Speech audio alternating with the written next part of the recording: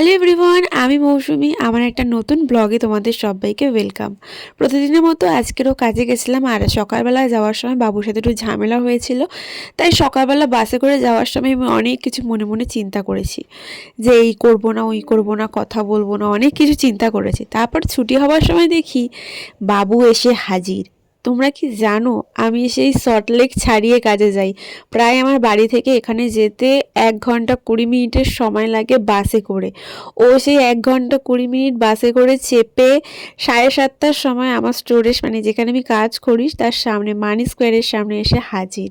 আর আমাকে ফোন করে জিজ্ঞাসা করছিল অ্যাড্রেস কি, কোথায় কি বৃত্তান্ত। আমি কিন্তু কিছুই বলিনি, যেটুখানি মানে শুধু বলেছি মানি স্কোয়ার, কীভাবে আসতে হবে, কী বৃত্তান্ত কিছুই বলিনি, নিজে থেকেই শুনে শুনে চলে এসেছে। যাই হোক, তারপরে একটু মানে এসেছে যেহেতু, রাগটা আমার কমেই গেছিলো। সকাল থেকে অনেক রেগেছিলাম আমি ওর ওপর। তারপরে এরকম হাত ধরে টানতে টানতে নিয়ে গিয়ে বললো তোমার জন্য একটা সারপ্রাইজ রয়েছে। সারপ্রাইজটাও আনতে ভুলে গেছিলো। তারপরে আবারও 1 ঘন্টা 20 মিনিট আমরা বাসে ট্রাভেল করে ওর সাথে, ও তো আজকে বাসে এত বাজে বকেছে যে আমি আরও রেগে গেছিলাম। তারপর বাড়িতে এসে দেখি ও আমার জন্য বানিয়ে নিয়ে এসেছিলো নিজের হাতে সিমুই।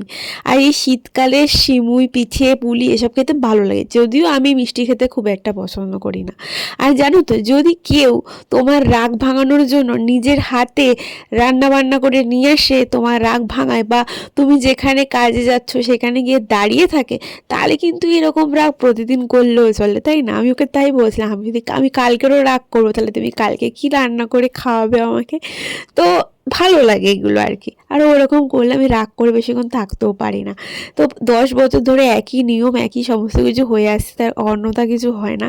আর জানো তো, রাত্রেবেলা আমি নিজের হাতে খাই না, আর সকালবেলা তো কাজে যাওয়ার সময় খাই না। মা যদি না, মানে হসপিটালে যায়, তখন আমি না খেয়েই কাজে চলে যাই। রাত্রিবেলা ওই কম্বলের ভিতরে হাত মুখ ধুয়ে এসে ঢুকবো, আর মা আমাকে ঠিক এভাবেই খাইয়ে দেবে।